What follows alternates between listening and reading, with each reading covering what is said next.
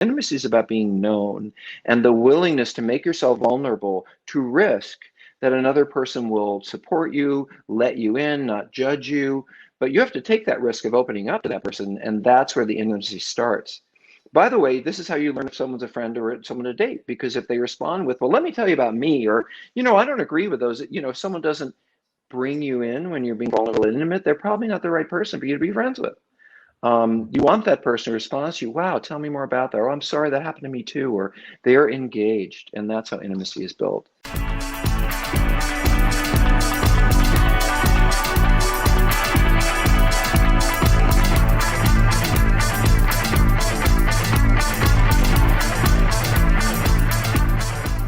Hello, my friends, and welcome back to yet another episode of I Love Being Sober. My name is Tim Westbrook. I'm the CEO and founder of Camelback Recovery here in the always sunny and always sober Scottsdale, Arizona, where my team and I, over the course of many years, have helped thousands of people on their path to recovery. We started this show because there's so much misinformation about addiction treatment, mental illness, and recovery in general. There's so much more to recovery than just going to inpatient treatment, seeing a therapist, and going to 12-step meetings. All of those things are important, and AA saved my life. However, to find long-term recovery and live happy, joyous, and free, there's a lot more to it than just stopping the drinking, stopping the drugs, stopping the sex addiction, or stopping any addictive behavior for that matter. To live a new life, a person needs new, healthy lifestyle habits, amongst other things.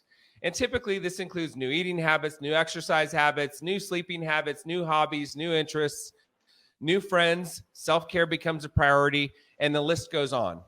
Those are just some of the types of things that we talk about here on this show. And today, I'm here with Dr. Robert Weiss, PhD, LCSW. He is the Chief Clinical Officer of Seeking Integrity, a unified group of online and real-world communities helping people to heal from intimacy disorders like compulsive sexual behavior and related drug abuse. He's the author of 10 books on sexuality, technology, and intimate relationships, including Sex Addiction 101, Out of the Doghouse, and Prodependence. His Sex, Love, and Addiction podcast is currently in the top 10 U.S. addiction health podcasts.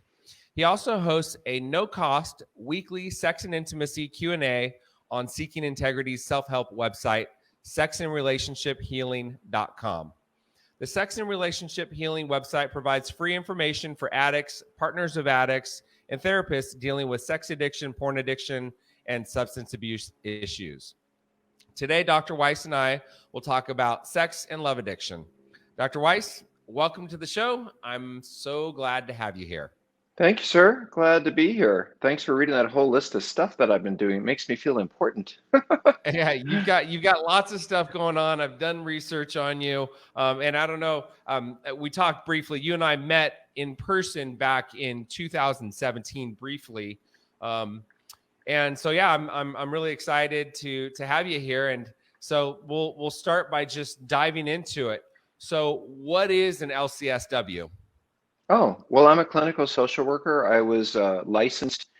A clinical social worker is like, there are various forms of therapy, licenses, and social worker is one of them. And I was licensed way back in 94 or something, so I've been licensed 25 years or so. But it is a licensure to practice psychotherapy. Right. And so you are an expert on sex and intimacy disorders, and you've been in it for many, many years.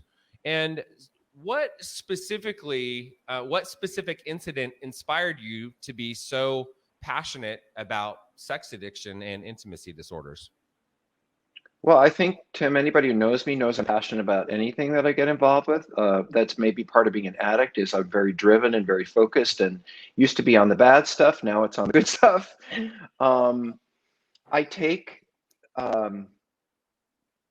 I went through my own recovery in sex addiction. I am still a recovering sex addict. I entered the program in 1985, December 10th. And then related to that, I went and got my license in 95 or early 90s. So that's when I got started. And actually what made me enter the field, to be honest with you, was HIV/AIDS, because I had, in my addiction, had sex with enough people to populate China. But I didn't get HIV/AIDS during the period when everyone else was. And I thought, we have a bit of a spiritual awakening, like maybe I'm here for some reason. And I knew there were people who were getting caught up in sexual behavior because of addiction that was ending up with them dying of HIV/AIDS. So I really wanted to help them because I had been able to stop my behavior, and I wanted to help other people stop theirs. That's how I got here. Well, and why do you think you were able to stop?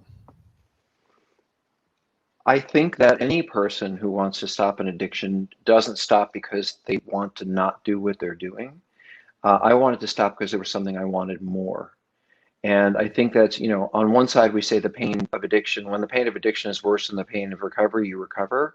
But I think for me also, it was like when I can see people getting things that I would really like to have that are healthy in life and I can't get them because of my addiction, then that maybe address it. And what I wanted was a loving, healthy, committed home and relationship. And I wasn't going to have that as an active sex addict. You know, that brings up a good point, which is, in my experience, is people that are focused on stopping. Like, if you're focused on stopping the drinking, stopping the drugs, stopping the sexual compulsivity, stopping. If you're focused on stopping, it doesn't work.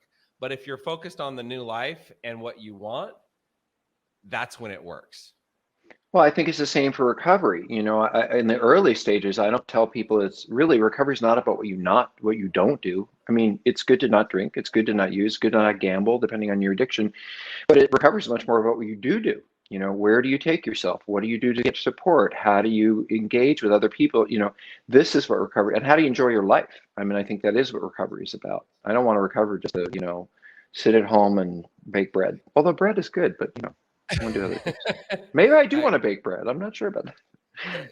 Yeah. Well, it's living the life of your dreams, right? It's like, and a lot of people, and I mean, I was one of them, I couldn't imagine living life and having fun, not drinking and doing drugs and not acting out. And I've learned, and I know that you've learned it as well, like life is amazing on the other side of it once you get past it.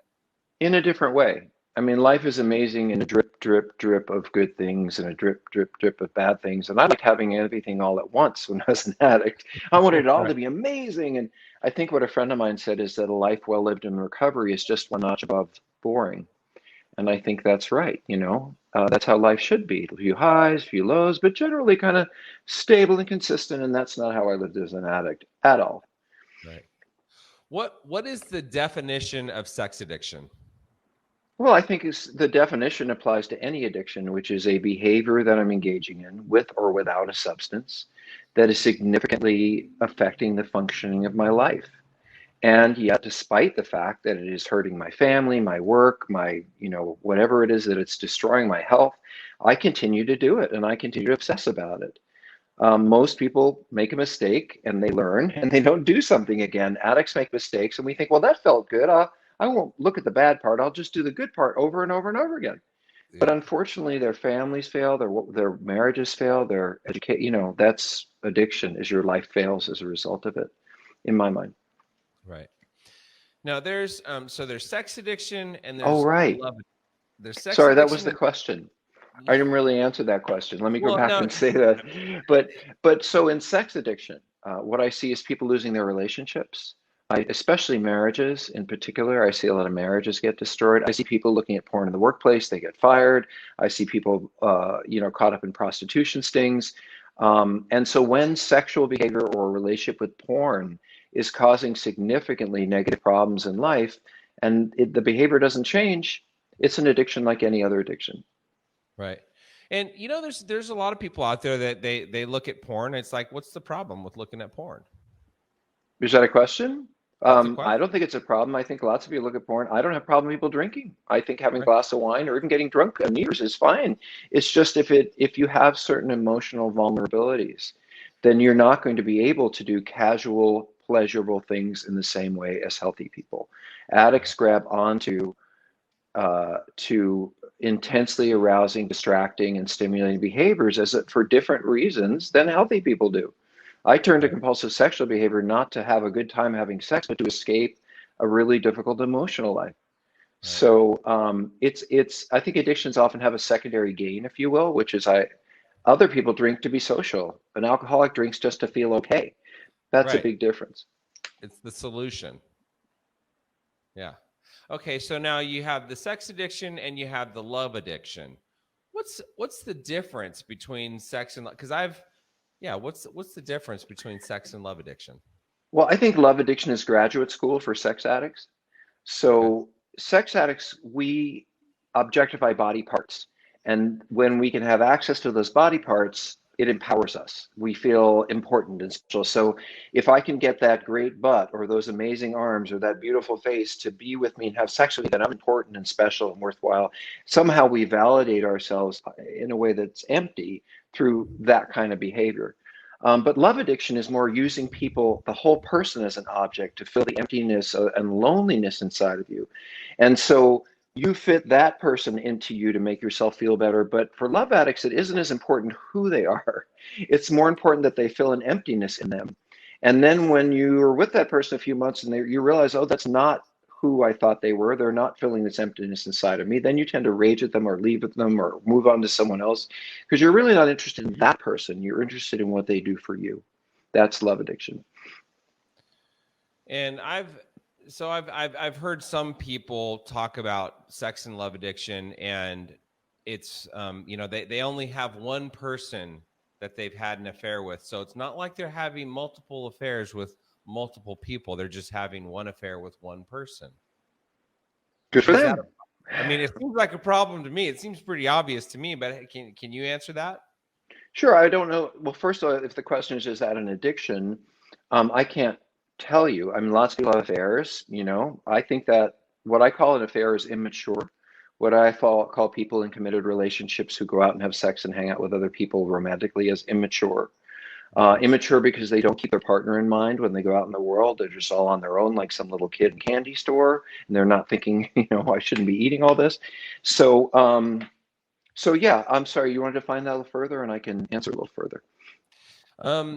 I was just I've heard of, and specifically, I'm thinking of one person, and that person was married, and they had one person that they had a relationship with for 3 years. I mean, seems like. So the question is, are they a sex addict? Is that your question? Are they a sex addict? Is that love addiction? Can you tell? I think the person had an affair. I mean, my clients don't have an affair. They have 5 affairs and they're seeing sex workers at the same time and they're playing with porn every night and they are, and they are, and they are. Or they say, for example, I've had a lot of men that I work with say, my big problem is I don't know which one to pick. And, it's like, is it the lover? Is it the spouse? I can't decide. And I'm like, well, how about being alone for a while? That might be the best solution of all. But repetitively using people, body parts, situations with people as a means to fill yourself and make yourself feel better, that may not happen with someone who has an affair. For example, I might have a wonderful relationship and be completely monogamous, and then my spouse has a child, and we have a child, and then all the attention goes to that child. And I find this person who's not heavy and didn't just have a child, and I don't mean heavy, but you gain weight when you're pregnant, someone who does want to have sex with me, someone who's looking great, someone who isn't focused on, all of a sudden I have this spurt of getting all this stuff for myself from this other person that I really feel I'm not getting in my relationship. And then maybe when I've got a kid who's 3 or 4, I return back to my relationship, my spouse finds out about the affair and I stop and I don't enter one again.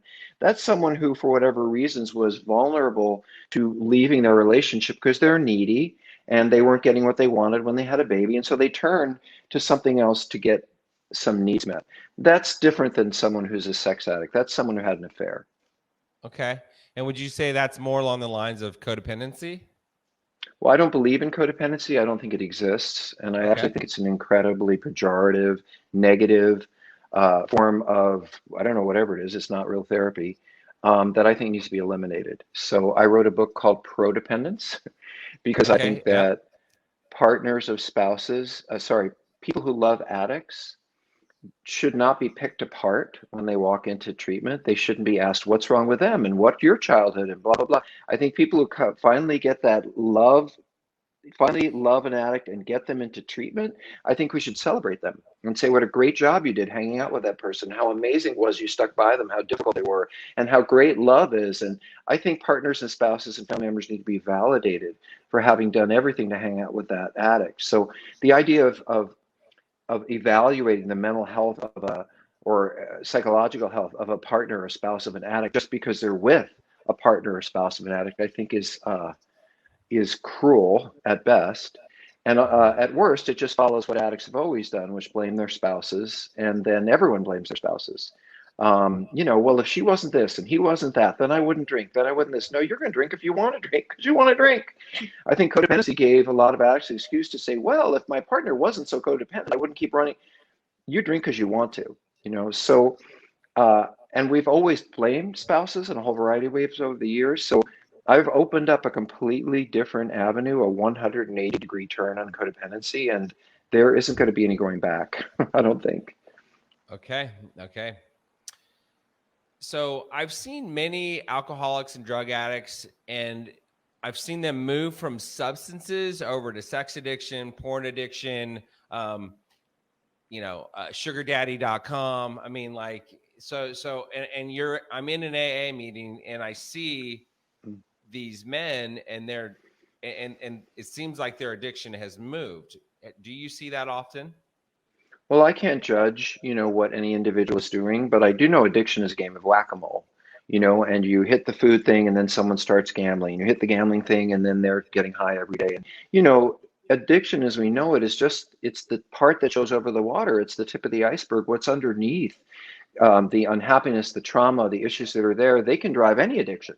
So it doesn't really, to me, matter as much about the addiction as what's going on underneath, even though we need to stop the addiction.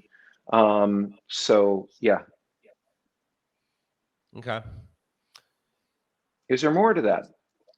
I just, it's something that I've seen. So and it's like, how do we address it, and how can a person address it? Well, there's no question in my mind, and I stand behind this, that unless you deal with substances, you can't deal with anything else, because drugs and alcohol are disinhibiting. So I say I won't eat, I won't whatever, but then I have a couple of drinks and all the bets are off. I'm going to do. So you really have to deal with substances first, unless the behaviors are so problematic that you need to deal with both. And I run a treatment center called Seeking Integrity, and one of the things I wanted to do there was treat people with dual addictions, drugs and sex, because I see a lot of people go to drug and alcohol treatment, but they have a lot of sexual issues or sexual acting out, and no one mentions sex. They're so focused on the drug piece. And the person, of course, doesn't bring it up. You don't bring up sex in a group of alcoholics when you're in treatment. And so it never gets dealt with. And their abuse or their incest or whatever happened to them never gets talked about. And so they end up using again over unresolved issues. So my interest is my particular interest is in these combined issues of meth, sex, alcohol, sex, opioid sex, because I know they're not going to stop the drugs until they deal with the sex at the same time. So that's kind of how I look at it. How often is it that you see someone that is in treatment for substance addiction also has sex addiction? 20% of the time, something like that. I mean, maybe a bigger question, not a better question because you're the host, I can't say that, but maybe a different question would be, how many people go in for one thing and then find out they have other things? How many people go in for alcohol and then find out they also have a spending problem? How many people go in for drugs and alcohol and then realize they're working 80 hours a week and they're really workaholic? I don't think it's unusual at all to have people go into treatment and then discover other dysfunctional parts of their lives. When people go into treatment, and you know this, they go in for the problem. Like, my drinking is the problem. They don't necessarily think, and this is why I think treatment centers need to broaden their view. They're in there for alcohol. Nobody's thinking about gambling. No one's thinking about spending, and they don't really get those in it. So anyway, I do think that it needs a specific focus unless these things are shared. Right. And I've heard you say that before, where it needs to be part of the intake process, or there needs to be like something that happens in a treatment center for substances. Part of the process needs to be, okay, let's talk about your other issues, or some sort of a questionnaire. I mean, and how does that happen? Well, if you're not a sex addiction program, why can't there be a men's group twice a week and a women's group twice a week in the evening where they talk about those kinds of intimacy issues? I could work in a drug and alcohol center and say, Monday night, we're going to talk about miscarriages and abortion. And the women, that's their topic. And with the men, we can talk about having sex when you felt insecure and using a woman when you really thought it was consensual, but it wasn't. I mean, we can set those topics, we can have those conversations. And I think when we do that, the person with the issue kind of stands out. It's like, oh, they sound a little different than the other people when we're talking about sex or those things. But I believe you have to give people space. I think we are built to heal. And if you and I create a space for people to heal, they will. Now, if a person gets clean and sober from drugs and alcohol, but they have this other addiction, say sex addiction, that has not been addressed, are they more or less likely to relapse back on their drug of choice eventually? Well, as I said, I think that if they are tied together, for example, the person who has a cocaine problem, and they've really worked on it and they've stopped using the cocaine, but when they did cocaine, they were seeing sex workers and they were hiring people to have sex with, and that's where they got the drugs. So when they go out in the world and they've gotten sober on coke, when they go back to have sex with those sex workers, guess where the drugs are? And so they're going to end up relapsing over behavior that had nothing to do with their drug and alcohol treatment, but there it is in front of them. And apps, sex and dating apps are rife with people who are looking to do drugs and have sex. Right. I mean, 20 years ago, in order for a person to go find a sex worker or porn or anything like that, it was a much bigger ordeal. Whereas today, it's just open up your iPhone. Well, we have these 3 A's of internet, things that lead people to addiction in the internet.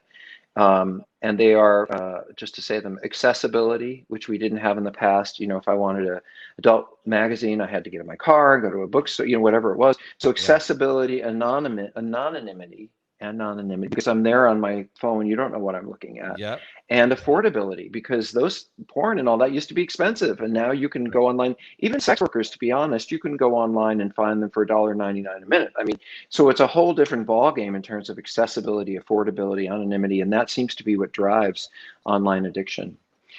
By the way, just to put in a little plug, Intervention, the television show on A&E, is going to be doing a brand new series called Digital Intervention, and they're going to look at gaming and gambling and spending and porn and all of that, and see the addictive relationships that people have with those behaviors. Okay, when does that come out? Well, the first episode that I'm involved filming will be next week. I think they actually invited me to do the porn and sex piece, which I'm kind of excited about. I'm very excited about. Yeah. Actually, I'm excited because I want people to be educated. If I can help people see that someone with an addictive sexual problem has a problem and they're broken rather than they're sick perverts, then I've done my job. I think Digital Intervention will either air in the fall or in early winter, like January, February. Okay. I'm in Hollywood. Which is where you're located, right? Or somewhere in LA. Yeah. Santa Monica. Okay. Where's Seeking Integrity located? Seeking Integrity is here in Los Angeles. We started just a few years ago, and very small program, not particularly expensive. I just really am treating men. You said intimacy disorders, but in a therapeutic way. What we really are talking about is attachment disorders, where these men that I work with never really felt safe enough to trust intimacy, but they sure trust having affairs, picking people up, looking at porn, all of that controllable behavior is what they do. So, but you mentioned the other piece, which I really do want to mention, and it's not a plug for anything. I've worked really hard to create venues where people get help for free. I know, and we don't talk about this enough, but a lot of people are never going to get to a treatment center. They have the money. A lot of people are never going to see therapists. In fact, I would say more people in trouble never get to treatment, never get to therapy because they can't afford it. Time, money, whatever that is. So what I'm interested in, especially with the internet, is how can we build communities of supportive people where, for example, in our world, women who've been betrayed by male sex addicts can meet. Male sex addicts can meet. Female sex addicts can meet. Couples that have been dealing with betrayal. So not specifically 12-step, but I'm very interested in communities being developed. So I've developed one for sex and porn. I would love to see some expert develop an eating disorder site and a drug and alcohol site where experts can answer questions and you can get engaged and support us, a little bit more sophisticated than 12-step. In other words, I think we have a lot of ways of reaching people, maybe who don't have the resources. I have a podcast with, I think we have almost 1 million downloads, about 850,000, called Sex, Love, and Addiction. And again, it's free. So I'm really interested in people getting free resources. That really excites me, to be Yeah. honest. Yeah, no, absolutely. It's all This about is a free resource. Thank you for doing it. absolutely, and thank you for being a guest. Okay, so I've seen many men in recovery from sex addiction because they got caught having an affair, right?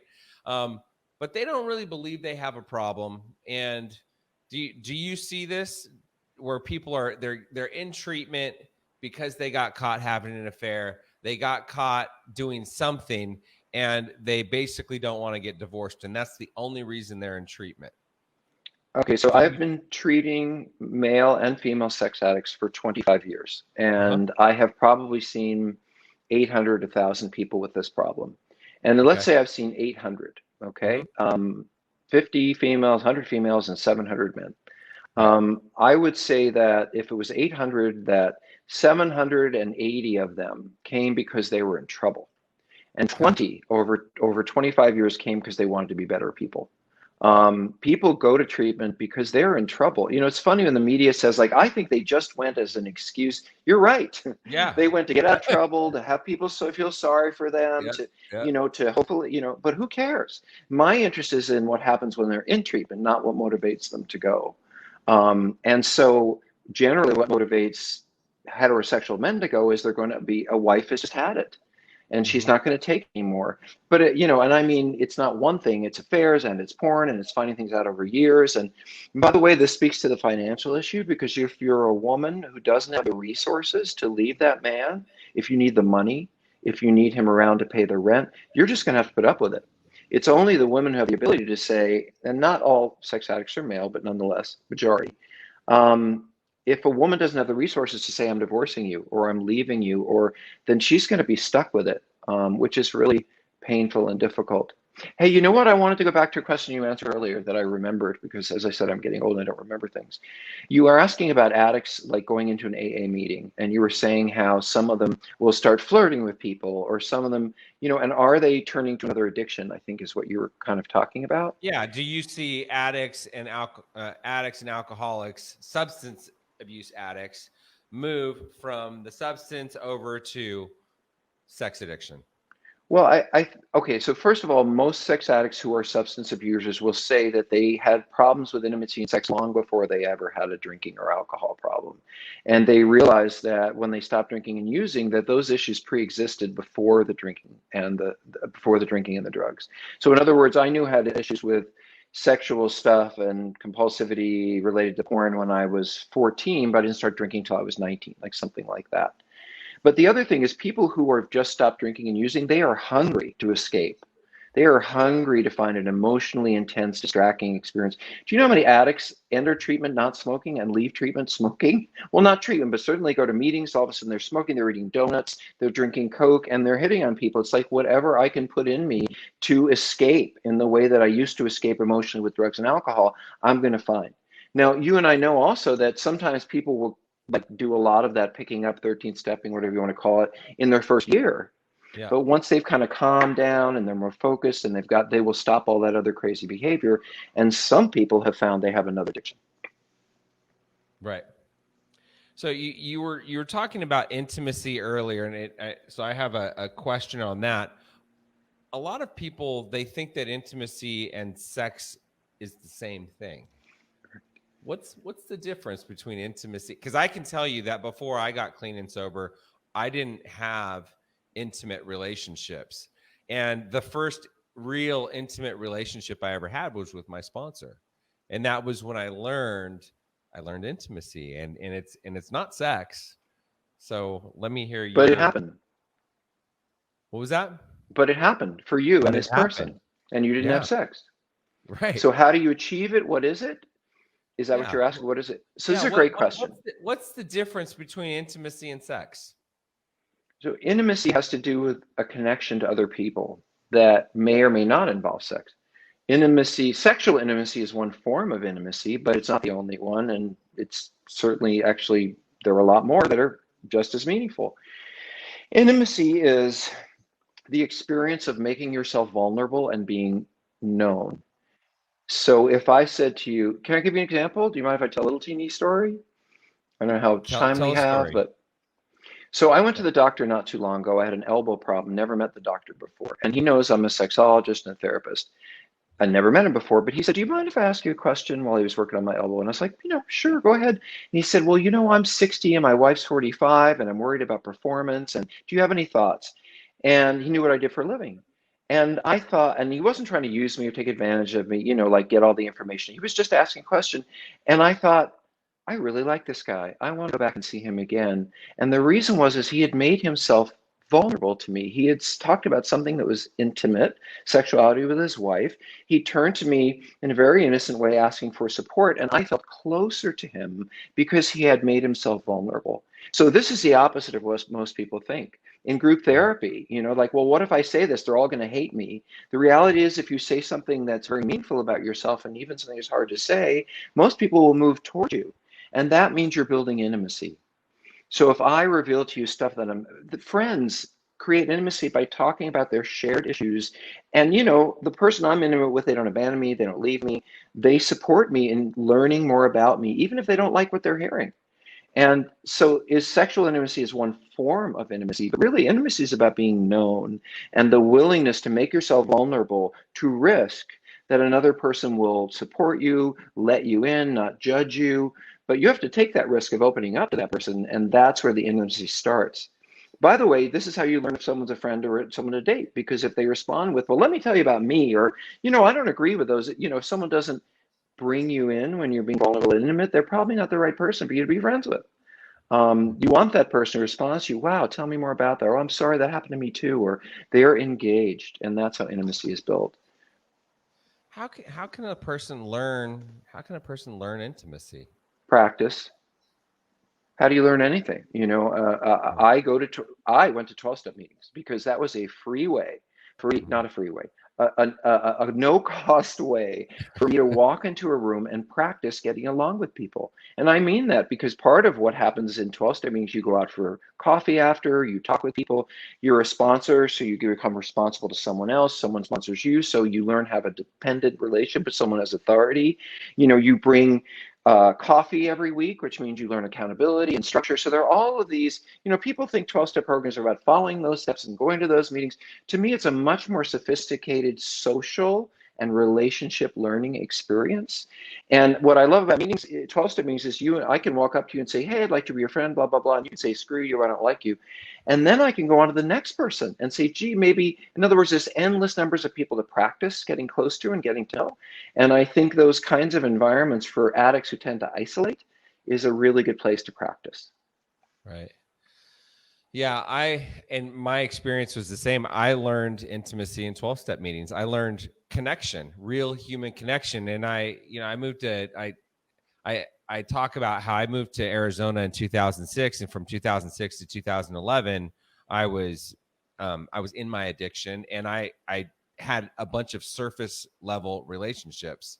But once I got clean and sober from 2011 until now, it's like my world has completely opened up because I've learned to truly connect with people. And that's at meetings, with a sponsor, with sponsees. That's even with people at the coffee shop, right? It's just people in passing learning. And I think because before getting clean and sober, it's all about Tim. And it's all Right. about I looking wasn't good. interested in you because it was Right. about me. Right. So it's learning to pay attention, be aware, and listen, and be of service, and be vulnerable. By the way, some people say, well, do I need to spend my life in meetings or I have to go? I would say you might be going for a long period of time on a regular basis, but your life shouldn't be about that after the first year or so. You should be having those social and intimate experiences in recreation, in hobbies, with friends. The goal of recovery is not to go to meetings every day. It's to get out in the world Right. and practice the lessons that you learn. So if I learn to make more friends and be more at peace and be less reactive in a 12-step meeting, I need to then go out in the world and join a hiking group and start playing tennis with people and, getting engaged with people and using those skills in the real world. That's been my experience as well. And I there was a study done, and I don't know where the study was done, and but the study basically showed that people that had multiple communities were happier. Live And longer, healthier, all of it. yeah, to your point. So it's like yoga, CrossFit, a hiking club, a reading club, People. a baking club.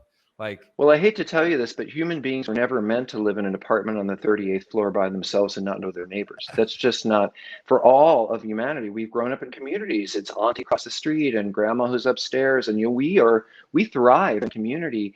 But our current lifestyle and way of living really forces us more into being separate and more isolated and more individual, especially in car driving cities. I don't know if you like in New York, you engage more people than you might in Atlanta, where you're more driving around. So the environments we live in also set us up for that. But addicts actively avoid connection, right? I'd rather use by myself at home than join some. We also devalue, I think, healthy engagement. Like, oh my God, who would want to go play softball at my age? I'd rather get hot, you know? And we devalue the fun, if we even know what fun is. so I think it's Dr. Gabor Mate that said addiction is the opposite of human connection. Do you agree Yes. with that? Well, remember I said earlier, and you said that we're dealing with intimacy and attachment disorders. And I do believe that addicts are desperately seeking either A, to shut up their loneliness, shut up their longing for connection, and just drink it away. Or they're using it as a form of trying to make connection. But either way, it doesn't really work. Drugs and alcohol, sex, it doesn't, these are substitutes. So sex, for example, I can feel known, I can feel important. I'm in bed with this person, we're all over each other, but they're a stranger to me. You know, I've never met them before. I've only known them a short time. I cannot be intimate with that person. I can have sex with them, but they don't know me. They don't know who I am. So I'm only doing a physical act. I'm not doing an emotionally engaged physical act. I think one of the challenges, by the way, for sex addicts is when they put down all of that behavior, the porn, the acting out, the affairs, whatever, and then they try to be intimate with a real person. That's the challenge, is they know how to do things, they know how to drink, they know how to use, they know how to have sex with strangers, but actually being with real people and being close and intimate, we avoid that. We don't move toward it, we move away. And so, Well, yeah, we don't get fed by the very thing that we need, which is emotional support, right. connection. And relationships are about giving as opposed to taking, right? That's Both. what I think about when someone's with a sex worker or looking at porn or whatever. They're taking, they're seeking. Well, there's no where it's more like putting yourself in a bubble, you know. Yeah. You're not going to really, you're just in this little world of your own creation. And like I said, you know, controllable. If I go see sex workers rather than being deeply intimate with my spouse, I can get, no sex worker is going to let me down. No prostitute is going to abandon me or hurt me. I have complete control over that relationship. I'm paying for it. But with a partner, someone I'm close to, they can really hurt me. And so I think turning to these more casual, I don't think I know, porn, sex workers, affairs, intensity, stripper, all that stuff, it's much easier for us to do that, sex addicts, than actually be close and vulnerable with someone that we care about. And so we often set up two lives where we have home and love and connection over here, and then we have this crazy sexual behavior here, and it's all compartmentalized. It's all compartmentalized, it's not connected, and we live multiple lives. Right. It's believed that once an alcoholic, always an alcoholic. Is that the same thing that's true of a sex addict? Well, I don't think the addictions, I think all the addictions are the same. And they all come from the same place. You know, addictions are a longing for connection without the ability to do it or the fear of doing it. And by the way, when you go to 12-step programs, you are forced to connect. What do we do? I mean, think about it. What do we do with the most mentally ill or addicted when they are home going crazy? We take them out of there and we bring them into community. We put them in a hospital, we put them in a group, we take them to a meeting, we put them in a group. We bring them to connect with people. And we're literally saying this will replace that. If you work it, if you engage here, you'll have less of a need for that. What does the meeting really do that the alcohol doesn't do? It connects you. It makes you feel a part of something. And we are human. We long for that. But addiction tells us to stay separate and to do it on our own. And so, yes, I think all the addictions have the common thread of I'm fearful of intimacy. I'd rather take care of everything by myself because I don't trust that other people will help. And basically, I'm isolated in my own little box. And then when my deeper needs come up for connection or support, I don't turn to the people who could support me. I turn to the situations where I feel a sense of control and no one can let me down. Right. So can a sex addict ever go back to having sexual behavior or sexual encounters like a normal person? Well, let's first go back. I want to mention something more about your last question. If Okay. all addicts have an intimacy and an attachment disorder, which is my belief system, and you talked about Gabor Mate talking about that, a lot of people talking about the opposite of addiction is connection. Right. I assume that I actually have a brain problem. That addicts, many of us who should have grown up with a lot of focus on us, a lot of support for us, a lot of consistency, a lot of nurturing, we didn't get that for whatever reason. You know, I had crazy parents. They were not really available to me. Some people have alcoholic parents or parents who fight all the time, or whatever their caregivers do. That person does not learn to trust. They do not learn to rely on their caregivers. They learn maybe to reach out for help means I'm going to get abandoned. And so later in life, they don't turn to people for intimate loving support. They turn to something they can control, and addicts control. They can control alcohol, they can control drugs, they can control gambling. They can feel completely control in situations, by the way, where you and I would feel out of control. Trolling the street for sex workers would not make me feel safe, but a sex addict feels just powerful and great when they're out there doing that because they're feeling a sense of control and excitement.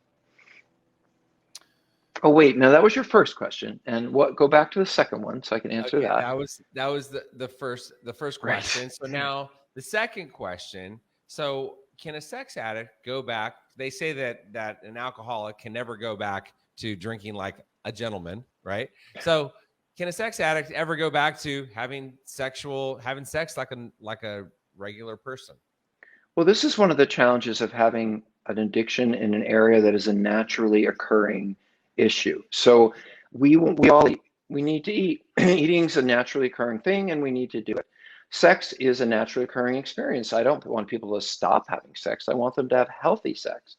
So when you come to eating or food, abstinence is not stopping altogether. You wouldn't say to someone with an eating disorder, well, just stop eating and you'll be fine the rest of your Right. life. So these are what we call process addictions. They have to do with behaviors, not drinking and using. And you're right, you can stop gambling and have a happy life without any fantasy football, without any casinos, without any stock market. You know, you can stop spending and put yourself on a plan. So, but sex you want to keep having. Eating you want to keep doing. So we create what you might call a plan for sobriety, which is we write out what are the unhealthy behaviors that you need to stop doing. Seeing sex workers, calling exes, going out at night and not having a plan. You know, whatever the behaviors, we're going to set it down. We're going to establish as a sobriety, almost always sexual behavior. So I might look at someone a little too long, that's a warning sign. But if I go over to them and start talking to them and get them in bed, bottom line, you know, I might eat a lovely meal, but if I go back for seconds or take a huge dessert, or then it's not. So with naturally occurring things, we set boundaries around the problem behavior, and then we encourage the healthy ones. And so, yes, I can have sex with my partner, but I'll tell you what, we have a little saying, which I love, that sex for sex addicts has to come from willingness, not from horniness. Sex for sex addicts has to come from willingness, not horniness, with an intimate partner. And what that means is, as a sex addict, I went out looking for the hottest, most exciting, and then it was intense, and I wanted you, and you wanted me, and it heart pounding, and there's a new bud, and there's a new, and it's all exciting. And but when you live with someone for 15 years, that's not what sex is. You know, you've seen that butt before. Right. So how do you make intimate sexuality exciting and connected? And you don't do it by saying, oh, you're so hot, I can't wait to get in bed with you.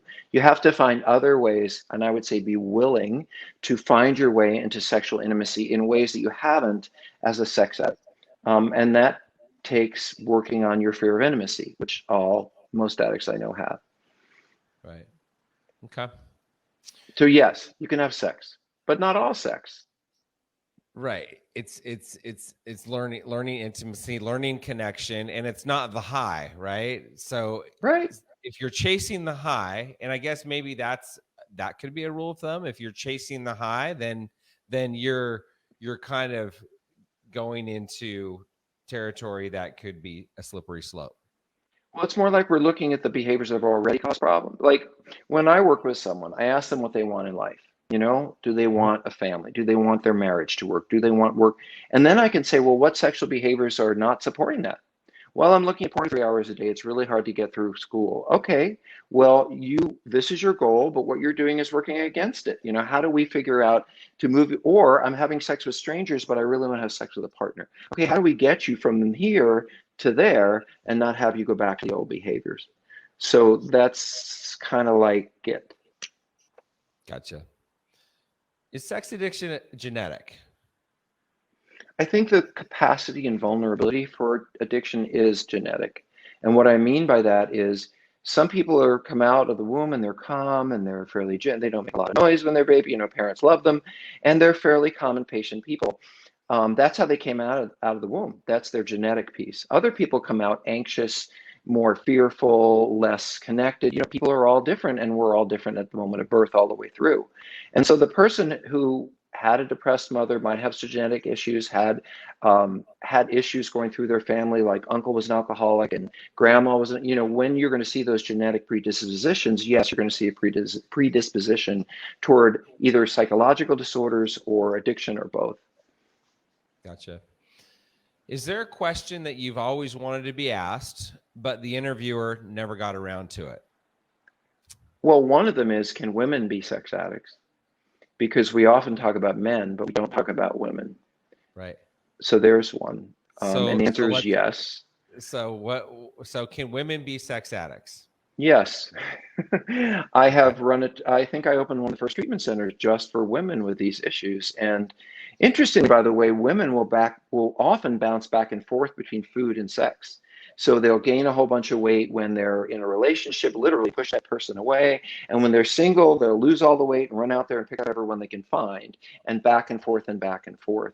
But I absolutely see this, everything from very compulsive behavior repetitively with strangers and in women, which we see in men more often, all the way to affair after affair. But I'm also sleeping with sex workers, but I'm also, I mean, it's just we don't see as many. Right. We don't see as many women getting in trouble for sexual problems as we do men. And there is a really good reason for that. What's the reason? I knew you were going to ask that. Testosterone. We are much more highly sexual, much more aggressive, much more competitive, much more, physical in those ways because we have testosterone and women don't. Why are 90% of the people with sexual problems, rape, offending, in prison who are male? Because women don't have testosterone. They're not driven in the same ways as men are around sexuality. Why don't we have a huge Me Too movement for men? We have a small one because men are aggressive and we are more the aggressors, and we are programmed that way. And then the chemicals. You ever notice how a 65-year-old man, most of them, are a little bit less apt to go, woo, look at you, baby, going down the street?